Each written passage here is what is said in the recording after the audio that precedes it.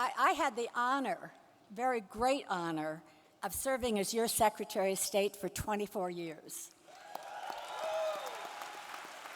So I learned a little something about the office.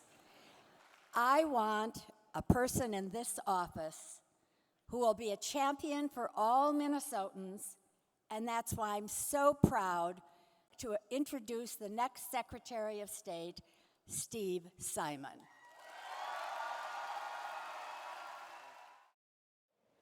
I think one thing that's important in a Secretary of State is that people have a degree of trust and confidence in that person to do the fair thing, even if they didn't support them originally, even if they didn't vote for that person, even if they would never consider voting for that person.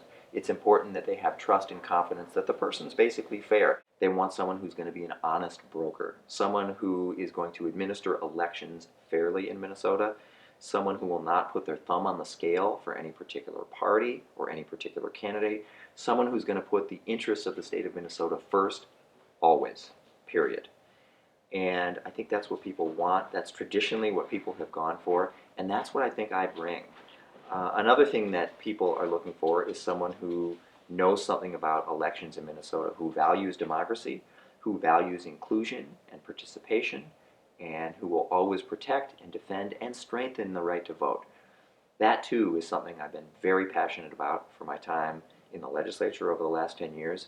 So I think those two things, being fair and nonpartisan on the one hand, and being an advocate for voter rights and inclusion on the other, are what Minnesotans have traditionally looked for and what I think I bring to this campaign.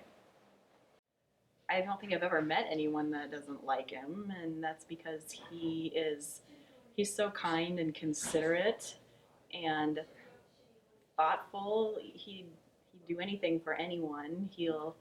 He's respectful of everyone's opinion. He wants, you know, everybody's voice to be heard, and he makes a point of that.